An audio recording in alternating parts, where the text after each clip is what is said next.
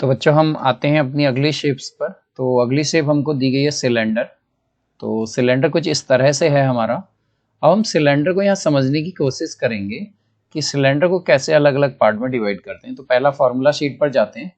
तो ये सिलेंडर की हमारी रेडियस हो गई, ये हाइट हो गई, तो हम इसे हाइट कह सकते हैं। ये हमारी रेडियस हो गई, यहाँ और यहाँ रेडियस। तो देखते हैं, तो पहले वही बात करेंगे हम CSA of cylinder. So CSA of cylinder.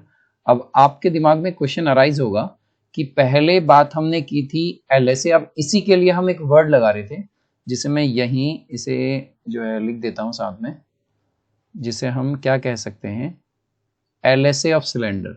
LSA of cylinder. तो हमें क्या मिलता है, हमें मिलता है 2πRH LSA ऑफ सिलेंडर। तो मैंने आपको बताया था कि CSA लगता है कर्व सरफेस एरिया, मतलब जो चीजें कर्व में होती हैं। तो हम देखें तो जो इसके बेस है वो कर्व शेप में है, तो इसलिए हमने इसका नाम रखा क्या, इसीलिए हमने इसका नाम रखा CSA। और LSA लिटिल सरफेस एरिया। तो एक्चुअली में जो LSA वर्ड होता है वो किसके लिए आता है, हमारे जो है सॉलिड शेप्स के लिए आता है। जैसे हमारी क्यूबॉइड हो गई, क्यूब हो गई, तो उसके लिए LSA आता है। तो यहाँ सर्कुलर चीजें हैं तो साथ में हमने CSA कहा है, तो जिसका फॉर्मूला होता है 2πRH। और उसके बाद आता है TSA ऑफ सिलेंडर। तो TSA ऑफ सिलेंडर अगर हम जब निकालेंगे तो हम क्या पाते हैं TSA ऑफ सिलेंडर में, कि अब मैंने आपसे कहा था कि जब हम CSA की बात करते हैं तो ऊपर का बेस और नीचे का बेस हट जाता है। ऊपर का बेस और नीचे का बेस हट जाता है। तो इसका मतलब इस वाले पार्ट में बेस नहीं थे, ऊपर और नीचे से सिलेंडर खाली था। अब अगर हम TSA की बात कर रहे हैं तो इसका मतलब पूरा सिलेंडर भरा हुआ है, जहां हम ये कहेंगे कि जहां हमारा ये बेस भी इंक्लूड है और नीचे का बेस भी इंक्लूड है। तो अब आपके ये समझ में आएगा कि ये बताइए कि अगर मैं सिर्फ एक बेस हटाने के बाद जो एरिया कह रहा था वो क्या था, 2πRH ऊपर की तरफ LSA।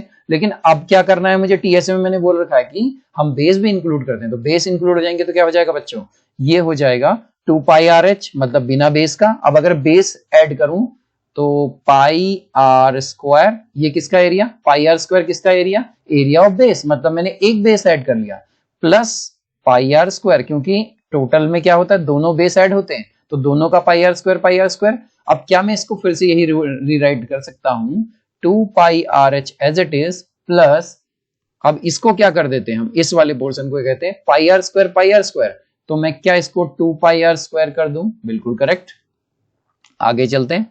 अब अगर मैं देखूं तो 2π और r दोनों जगह है, तो मैं कॉमन ले सकता हूं। तो मैंने 2πr कॉमन ले लिया, तो 2πr से 2πr कैंसिल, बचता है h, प्लस 2πr से 2πr, यहाँ एक r एक्स्ट्रा है, स्क्वायर है, तो एक और r ऐड। तो इसका मतलब आप डायरेक्टली फाइनली हमारा TSA ऑफ सिलेंडर ऐसे भी याद कर सकते हैं, TSA ऑफ सिलेंडर ऐसे भी याद कर सकते हैं कि जो आपका फॉर्मूला है 2πr r प्लस h, ये भी आप याद कर सकते हैं, h प्लस r। अब आते हैं volume of cylinder. Volume of cylinder, तो वॉल्यूम ऑफ सिलेंडर आपका होगा, वॉल्यूम ऑफ सिलेंडर का मतलब उसमें कितना लिक्विड आ सकता है, कितनी एयर आ सकती है, हम इस पर बात करते हैं। तो वॉल्यूम ऑफ सिलेंडर होता है πr²। वॉल्यूम ऑफ सिलेंडर होता है πr²h। ये हो गया वॉल्यूम ऑफ सिलेंडर। तो इन फॉर्मूलों को आपने क्या करना है, बिल्कुल अच्छे से याद कर लेना, ताकि नेक्स्ट टाइम जब भी क्वेश्चंस अराइज होते हैं तो आपको याद रहे। तो उसके बाद आते हैं अब हम कोन पर। तो ये सेक्शन हमारा कंप्लीट हुआ, अब आते हैं हम कोन पर। तो जब हम कोन पर आते हैं तो फिर से वही, तो मैं इसको ABC हमने कर लिया था, इसको D नाम दे देता हूं और इसको E नाम दे देते हैं। तो कोन को हमने E शेप के नाम दिया है यहाँ। तो फिर से वही कि सबसे पहले हम इसके CSA की बात करेंगे।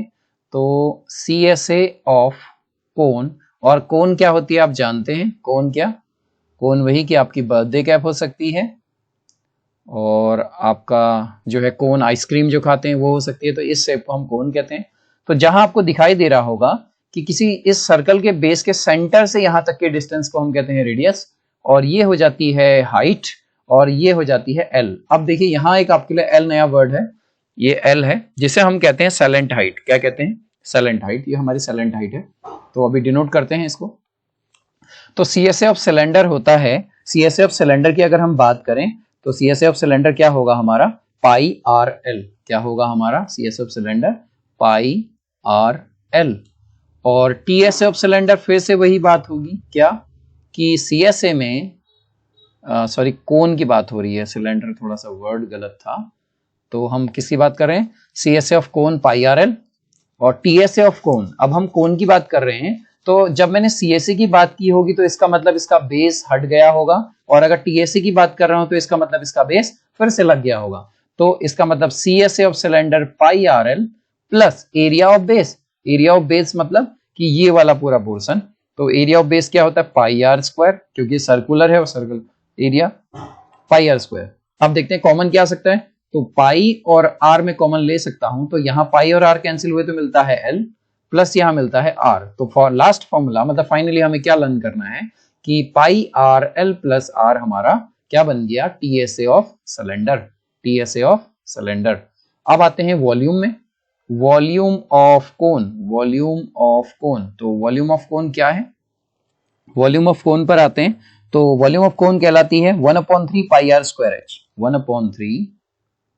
1/3 पाई आर स्क्वायर एच। अब ये याद रखिएगा बच्चों कि आपको सभी फॉर्मूला क्या होने चाहिए, एकदम अच्छे से लर्न होने चाहिए, तभी क्वेश्चन में हेल्प मिलेगी। फिर क्वेश्चन करते वक्त हम जो है डायरेक्ट फॉर्मूला को लिख सकते हैं, डायरेक्ट फॉर्मूला को लिख सकते हैं। इस वीडियो को पॉज कीजिए और उसके बाद रब करके हम बढ़ते हैं आगे।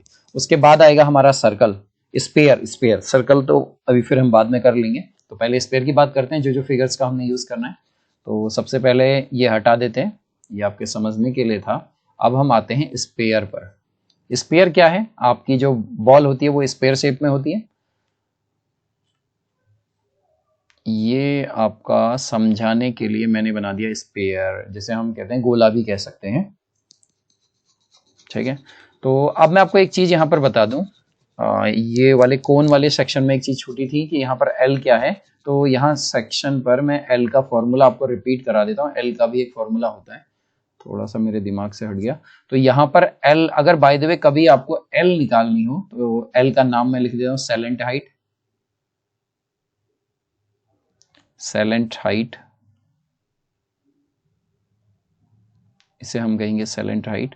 इसका फॉर्मूला होता है L equals to under root r square plus h square. तो अभी हम क्वेश्चन में समझेंगे इसको कि एक्चुअली में ये जो है पाइथागोरस को ही फॉलो करते हुए चलता है। अभी डायरेक्ट हम फॉर्मूला चार्ट पे ही चलते हैं कि पहले हम सबसे पहले फॉर्मूला को रिवाइज कर लें। अब देखिए फिर अब बढ़ते हैं किस पे, मैंने आपको बताया था कि हम बात कर रहे हैं स्पेयर की। स्पेयर को हम गोला भी कहते हैं, पता ही आपको। तो यहां से यहां तक की डिस्टेंस रेडियस होती है, सेंटर से बाहर की सरफेस तक, ये भी रेडियस ही है। तो अब मैं आपको एक बात बता दूं कि आप ये बताइए कि अगर मेरे पास एक स्पेयर है, क्या है, एक स्पेयर है और एक सर्कल है, दोनों में क्या डिफरेंस होगा ये समझना बहुत जरूरी है। बच्चे इसको डिफरेंस नहीं कर पाते। तो एक्चुअली में जो आपका स्पेयर होता है, जो आपका स्पेयर होता है, स्पेयर आपका एक ओरिजिनल शेप है। ओरिजिनल शेप मतलब जो हम अपनी लाइफ में देख सकते हैं, कर सकते हैं। और सर्कल जो है आपका इमेजनरी है। सर्कल क्या है, इमेजनरी है। जैसे क्या कि सर्कल को हम सिर्फ किसी प्लेन पेपर पे बना सकते हैं, रियल में नहीं कर सकते, एक इमेजनरी शेप होती है। लेकिन अगर हम अपने आसपास के एग्जांपल में बॉल को लें तो स्पेयर क्या है, एक इमेजनरी शेप नहीं है, ओरिजिनल शेप है। तो इस डिफरेंस को आप समझिएगा कि जो हमारा सर्कल होता है वो क्या होता है, इमेजनरी शेप होता है। क्या होता है, इमेजनरी शेप। तो आगे बढ़ते हैं, तो हम क्या करेंगे कि सबसे पहले स्पेयर का एलएसए निकालने की कोशिश करेंगे। एलएसए का फॉर्मूला जिसे हम यहां पर सीएसए बोलेंगे। तो यहां तक हमारा पोर्शन हो गया स्पेयर का, तो इसको अलग कर लेते हैं। तो हम बोलेंगे क्या, CSA of sphere, CSA of sphere. तो CSA ऑफ स्पेयर होता है आपका 4 pi r square, 4 pi r square. और TSA of sphere equals to, TSA of sphere equals to 4 pi r square, 4 pi r square. And then volume of sphere, volume of sphere equal to, volume of sphere equals to 4/3 pi r square, 4/3 pi r cube होना चाहिए था, हाँ pi r square होता है, pi r cube, pi r cube. And then ये sphere हो गया 4/3 पाई r cube. उसके बाद आते हैं किसमें, स्पेयर के बाद आता है हमारा हेमिस्फीयर। इस स्पेयर के बाद आता है हेमिस्फीयर, जिसे ड्रॉ मैं कैसे कर सकता हूं, आपको पता ही है कि मेरी ड्राइंग बहुत खराब है, फिर भी मैं कोशिश करूंगा कि मैं ड्रॉ कर पाऊं। मतलब आपके घर का एक बाउल फिर से बना लेते हैं इसको थोड़ा सा। आपके घर का जो बाउल है वही हेमिस्फीयर का काम करता है, जिसमें अब ये याद रखिए कि यहाँ से यहाँ तक की डिस्टेंस r होती है, और यहाँ से यहाँ तक की डिस्टेंस भी एक्चुअली में कहलाती तो हाइट है, लेकिन इनकी डिस्टेंस सेम रहती है, जितनी r उतनी ही h भी रहती है। तो हम सबसे पहले निकालेंगे CSA of hemisphere, CSA of hemisphere.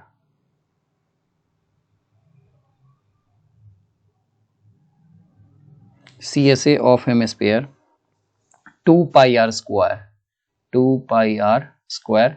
उसके बाद आता है TSA of hemisphere equals to, मैं शॉर्ट में डॉट कर ले रहा हूं, 3 pi r square. Hemisphere equals to 3 pi r square.